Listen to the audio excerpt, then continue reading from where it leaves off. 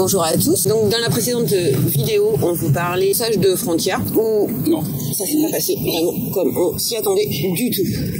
J'ai cru à un moment que Nico allait me laisser sur place. J'ai fait une bourde énorme. Mais bon, quand t'es en France, en fait, et que t'es maman, tu réfléchis pas aux choses. Comment un autre pays peut interpréter les choses. Ça nous a quand même pas facilité le passage. Donc ta prochaine. Mais je t'ai vu blanchir quand même. Bien blanchir. Bah, j'ai cru que je t'énervais là. Vous nous voyez quand même très mal à la frontière quand même. Pas moi, parce qu'en fait j'ai trouvé ça tellement ridicule. Bon, on vous raconte tout ça. Laissez-moi nous présenter. Nous, c'est Cécile et Nico. Oui, je suis cette nana pleine d'énergie. Et Nico, c'est le gars qui a toujours un sourire en coin. On est là pour secouer le game du voyage, et pas n'importe où. Non, nous visons le grand, l'audacieux, l'épique, l'Afrique.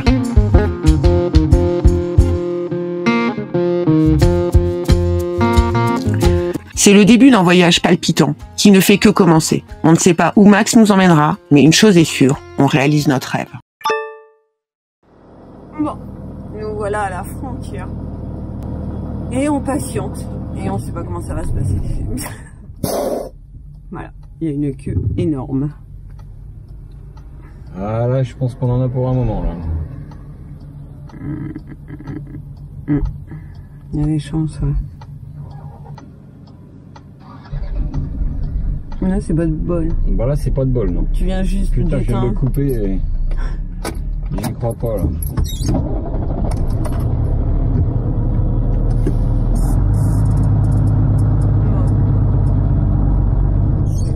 quoi ça? Groupe de bureau triptyque.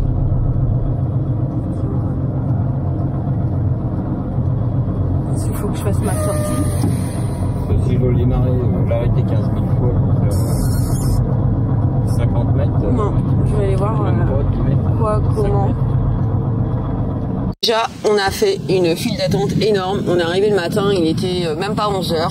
Et à 14h, on n'avait quasi pas avancé du tout.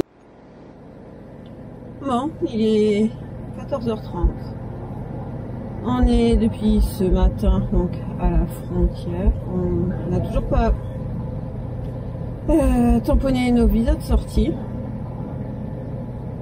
Et les frontières, enfin les bureaux de la frontière mauritanienne ferment à 17h.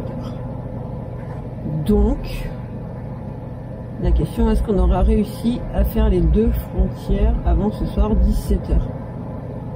C'est une bonne question.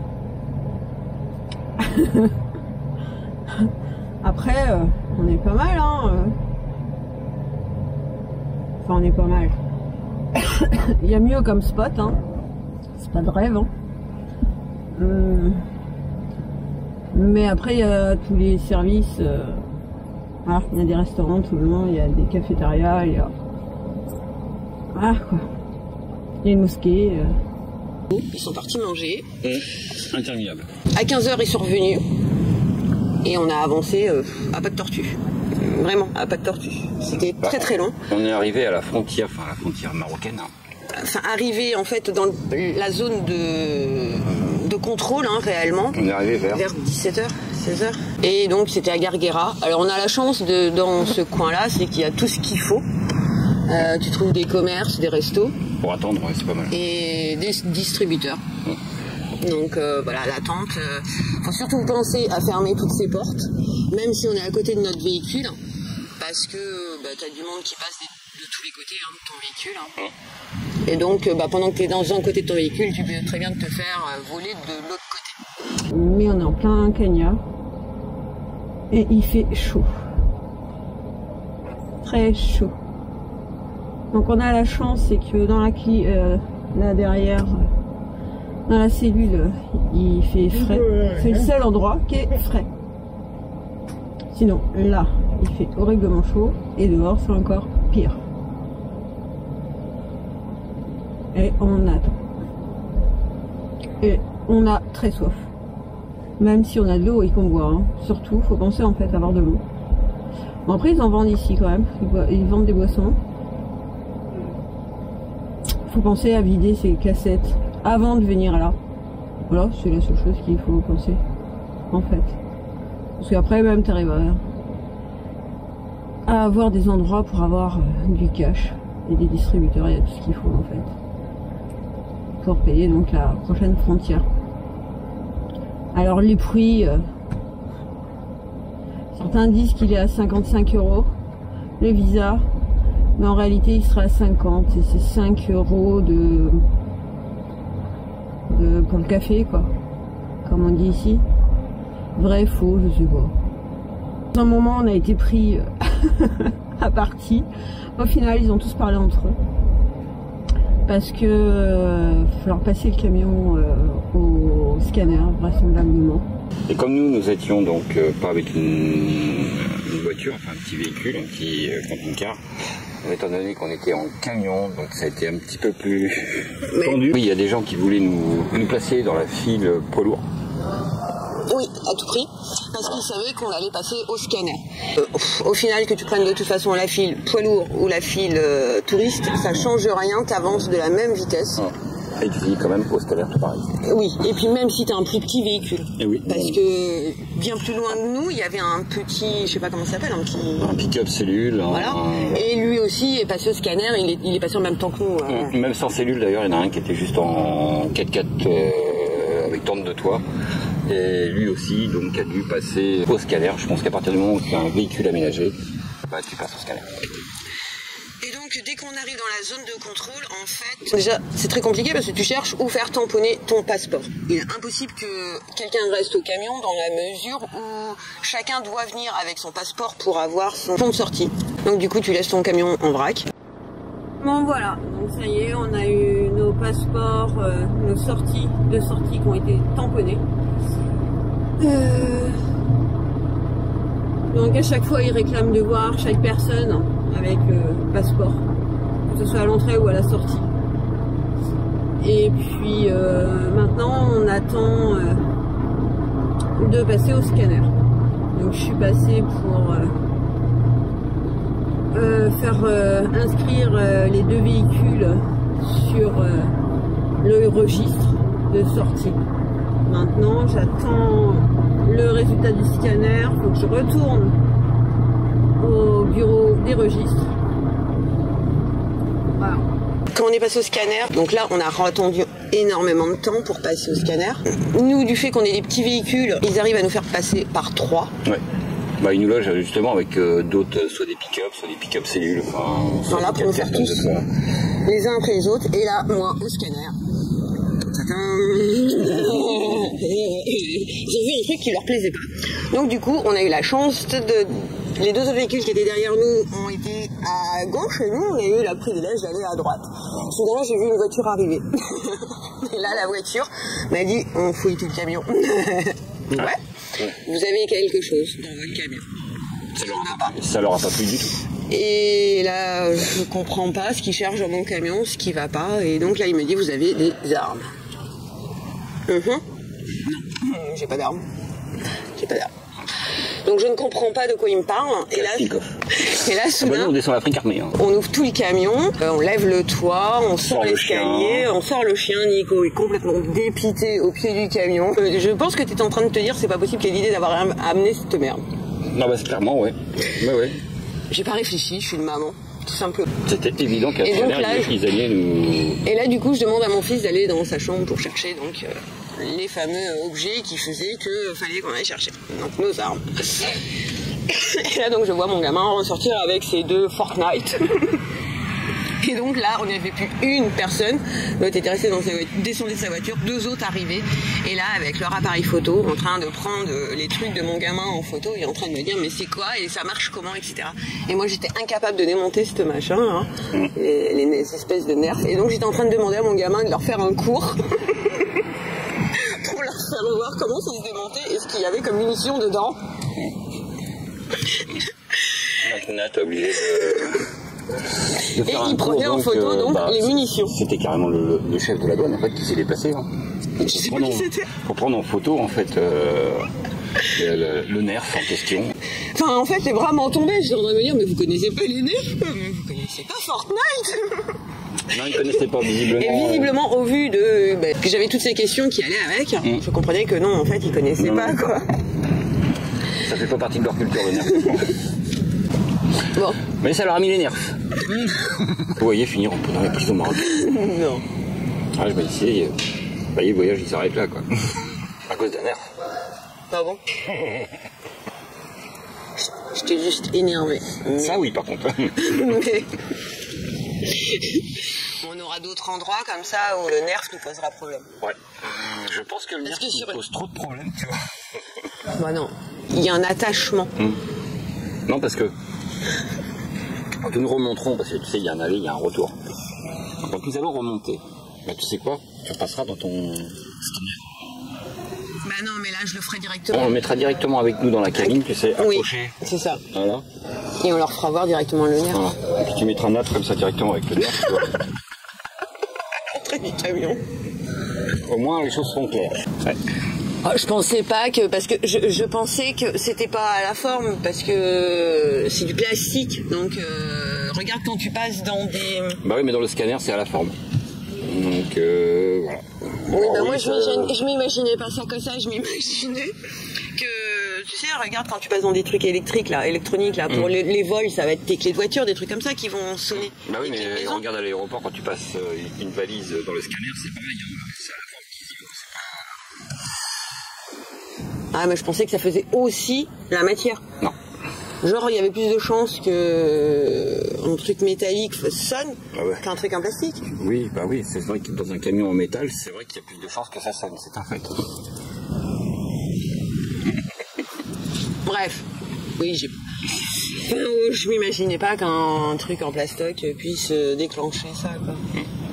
Mais d'ailleurs, je leur ai dit. Ils ont été à la forme, hein, et voilà, pour eux, ça ressemblait à Kalachnikov ou je ne sais quoi. Et... Bah non, ça ressemble pas, on voit bien que c'est un jouet de gamin. Bref. Si, ça se voit que c'est un jouet de gamin, non? Il n'existe pas des armes de cette forme-là? Ah non, non. Enfin, pour moi, c'est évident que non. Mais pour eux, non. C'était pas si évident que ça. Donc oui, je suis pas d'accord. Donc voilà. Je suis pas d'accord avec tout. Avec vous. Bon, en attendant, même si je suis pas d'accord, je l'ai suivi. Excuse-moi, mais... Je l'ai suivi. Après, on doit pas être les seuls à passer avec des gamins dans un véhicule et avec des jouets. C'est des jouets, en fait, au final. Est-ce qu'il y a tant que ça est-ce qu'il y a tant de personnes que ça qui passent les frontières avec des enfants et des jouets? Je sais pas sûr. T'as vu beaucoup de jeunes d'enfants depuis qu'on est parti? Non, c'est vrai. Voilà. Donc je pense qu'il y a peu de voyageurs qui voyagent avec des enfants. Et donc ils sont contre les armes. Ah oui, parce que c'est vrai qu'il y a pas mal de gens aussi qui sont contre les armes. Quand on enlève tout ça, voilà, ça fait des gens qui voyagent. C'est pas énorme, en même temps c'est un jeu. Ouais. Bon bref. C'est bien à la base un jeu vidéo parce que ma fille aime ce jeu vidéo. Comme plein de gamins. Ça fait quelques années que ça existe, hein, quand même. Voilà, donc il a voulu emmener son truc. Ça, je peux le comprendre. Après, j'avais pas pensé vraiment que la frontière allait nous poser un gros problème. Donc après tout ça, il nous a laissé ranger. Et cette feuille, j'ai été la redonner à la sortie. On avance dans la zone après le tampon, là, il nous donne une feuille blanche à remplir avec des cases, là. Et donc, il note dessus comme quoi c'était des armes, enfin voilà, qu'on avait une arme. Et que j'ai été redonner la feuille. Et là, j'avais encore 4 contrôles. Je pensais que j'avais fini, mais non. Enfin, 4 contrôles en... Oui, ils auraient pu se donner les passeports directement dans les mains, quoi. C'est ça, je pense qu'il y a 20 mètres entre les... J'ai trouvé ça totalement ridicule, ce côté où... Ouais. Bah t'as la police, la douane et la gendarmerie.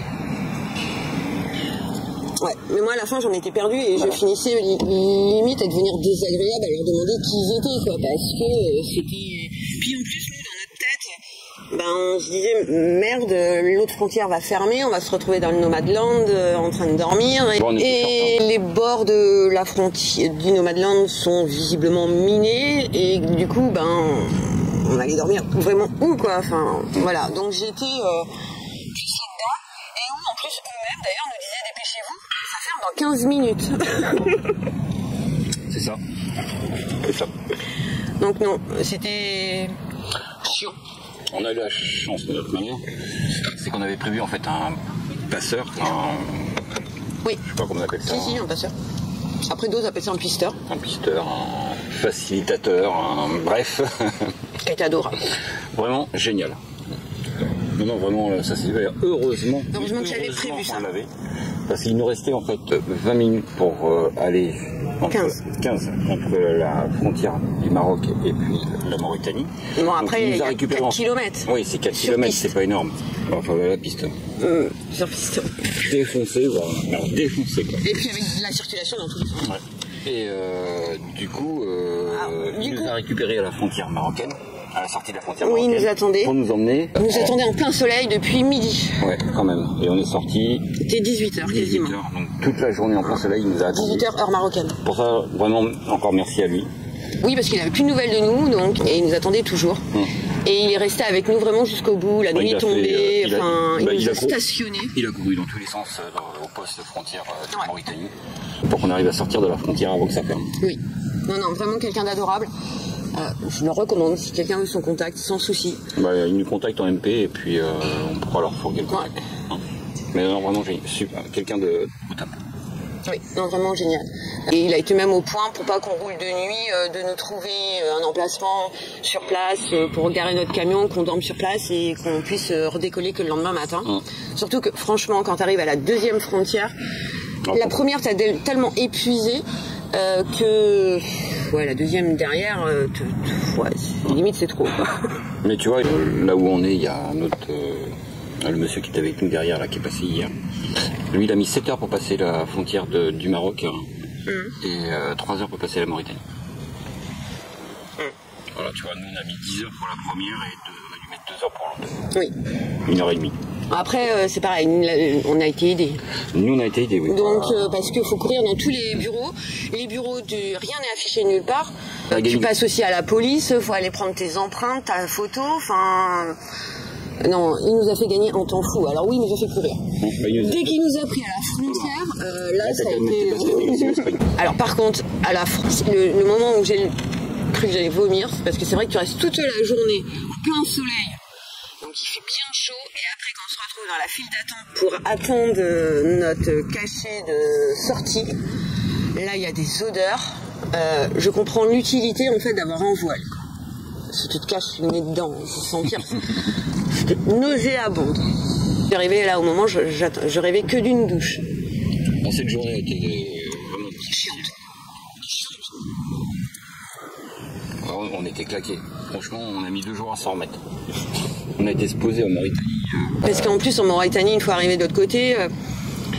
Le tuyau pour avoir du cash, nous, pas de bol. Bah, on tombait pile poil dans les fêtes de fin d'année, donc les banques étaient en inventaire, soi-disant. Et principalement, en fait, concrètement, il n'y a que les banques BMCI, la BMCI qui fonctionne à peu près. On a essayé des sociétés générales, on a essayé des banques populaires, on a essayé des banques du pays. Mauritaniennes. Rien n'y faisait, quoi. Rien marchait, rien fonctionnait. On a été pendant les tables éteints ou les tables qui étaient allumées mais il n'y avait pas d'argent dedans. Emeru. Parce qu'il y a cette histoire de monnaie aussi. Oui, les anciens. Oui, enfin, les distributeurs te parlent en nouveau. De toute façon, tu vas acheter 3-4 courses, c'est tout de suite 1500. Oui, et puis c'est vraiment 3-4 courses. Ouais, c'est vraiment 3-4 courses. Une nuit dans un camping, c'est 500. Tu passes là les frontières.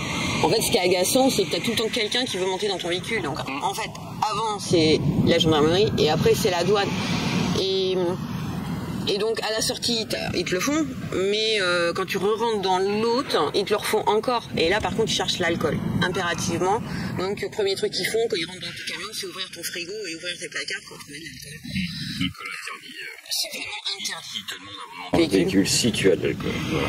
Et il la cherche. Si tu lui dis non, que non, tu n'en as pas et qu'il en trouve, là, c'est pas mal. Quand on s'est retrouvé à la sortie en fait de la Mauritanie, on a eu une personne qui était venu nous voir pour nous dire qu'il avait perdu son passeport et que si on pouvait l'emmener. Il ne faut pas s'inventer ce genre de choses. Non. Parce que par la suite, sur la route, il y a beaucoup de contrôles. Énormément. On demande des fiches police. Et donc, la personne qui est dans ton véhicule, il faut pouvoir la justifier. Voilà. Donc, on va se retrouver en situation... Il faut marquer sur la fiche police. Donc, sur la fiche police, il y a son numéro de passeport, cette personne... Voilà. Et par contre, quand vous sortez de la frontière, quand vous avez tous vos papiers en main, pensez surtout à vérifier si les dates de droit de séjour dans le pays sont toutes identiques, parce que il s'est avéré que j'avais un papier à 10 jours, un autre à 20 jours et un autre à 30 jours. Donc, méfiez-vous, parce que si tu payes une assurance à 20 jours et que en fait ton passe avant il est que de 10 jours, ça le fait pas. En cas de contrôle par la suite, ou même pour la sortie, il faut mieux essayer d'avoir des papiers en accord. C'est mieux. Donc du coup, nous, on a été obligés de recourir pour aller redemander qui change ce papier et pour que tous puissent être en accord. Alors, coup de bol, j'ai eu les yeux qui se sont posés dessus. Oui, bah c'est vraiment un coup de bol, hein, parce que là on repartait, lui il avait pas vraiment regardé non plus. Non, il n'avait pas regardé les papiers. Donc du coup on repartait avec un truc bancal. Absolument, pensez, pas forcément, c'est pas parce que t'as quelqu'un qu'il faut faire confiance, les yeux fermés sans regarder. À moins que tu sois très pressé et que tu veuilles tracer le pays. Alors moi perso, ce qui m'a choqué quand même, en arrivant en Mauritanie, heureusement qu'on passe le Maroc tranquille, hein. Ça fait déjà une petite évolution. Mais alors là, je crois qu'on a quand même atteint... On a sauté un palier encore. En Mauritanie, en fait, ils conduisent un peu dans tous les sens. Les feux rouges, ça les inquiète pas trop, ils s'en foutent. Voilà. Ça sert à rien. Vous êtes européen, français, vous êtes le seul à vous arrêter au feu rouge. Et vous faites même klaxon. Oui, oui. Oui, ils aiment pas. Ils aiment pas quand tu t'arrêtes au feu rouge. Donc ils mettent des feux, on sait pas trop pourquoi. Ouais, mais il y en a plein aussi qui ne marchent pas. Mais il y en a plein qui marchent pas. Donc en Mauritanie, c'est pareil. Donc faut faire gaffe au feu rouge pour éviter de se faire rentrer dedans. C'est mieux, oui, parce que en fait. Après, c'est la loi du plus fort. Voilà. Du plus gros surtout. Et surtout du plus gros. Donc on a de la chance avec les camions encore, ça les calme tout de suite. Mais ils essayent de forcer quand même. Hein. Par contre, les véhicules ici n'ont pas de contrôle technique à l'inverse du Maroc. Et surtout les taxis qui sont. Ah ouais, les taxis sont quand même. Après, il y a de très beaux véhicules, hein, c'est pas le problème. Oui, mais c'est les taxis en fait qui sont en très mauvais état. Là, on atteint. C'est de la vieille Mercedes. Ouais, sans avec un choc. Sans, je sais pas, c'est du taxi. Ouais. Ah bah, elles tiennent le choc. Elles doivent durer la Mercedes 190 là. Ils en ont à foison. Mais dans des états. Je retourne sur les bureaux. Pensez à savoir en fait le nombre de tonnes que vous faites et le nombre de chevaux que vous avez. Parce que c'est moi, je me suis retrouvée dans ces bureaux. Une chance, je savais. Parce qu'en fait, ils savent pas vraiment lire vos cartes grises, donc faut bien connaître son véhicule. Le tonnage, quoi. Le tonnage et le chevaux, parce que ça dépend. Il y en a qui s'intéressent au tonnage, d'autres au chevaux, d'autres. C'est pas. Voilà. Bon, après, je revérifie, je réarrive, mais il est trop tard. Hein. Une fois que tu as dit l'information, tu en demandes confirmation, parce que Nico attendait à un autre bureau de récupérer nos passeports pendant ce temps-là. Oui, parce qu'en fait, pour gagner du temps avec le passeur, il y en a un qui est à un bureau, l'autre qui est à un autre bureau. Et quand tu venais me retrouver, du coup, je recevais des échanges de papier pour après aller à un autre. Voilà, c'est comme ça qu'il arrive à gagner du temps en fait, parce que bah, c'est vrai que quand toi tu arrives, tu sais pas déjà où tu dois aller. Puis t'as déjà du monde devant toi, t'attends ton tour, donc c'est sûr que. Puis t'as rien marqué nulle part quoi. Ben, tu sais pas où faut rentrer là-dedans quoi. Non, du tout. Donc tu sais pas trop dans quel sens il faut aller. Donc c'est vrai que là du coup lui il savait vraiment point par point où il fallait aller. Il y a des endroits où justement il nous a séparés pour qu'on puisse faire les papiers séparément pour gagner du temps. Bon allez, on va vous laisser ça pour cette vidéo. Et on vous dit à la prochaine vidéo. Surtout n'oubliez pas de vous abonner, de liker et de partager. Et après j'espère que cette vidéo vous aura aidé si vous comptez prendre la frontière. Et qu'en effet il n'y a rien d'extraordinaire, c'est juste chiant. Voilà. Faut prendre sans mal en patience. Mais ça fait partie de la philosophie de l'Afrique.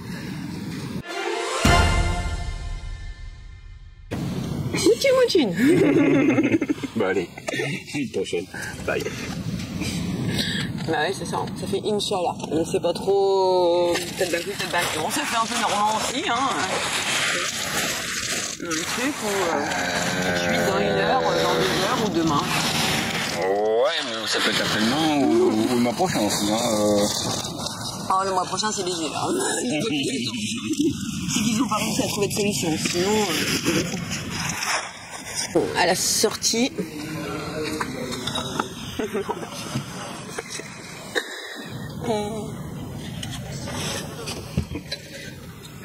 Merci. C'est bon. Tu vas pas pisser avec tout ça.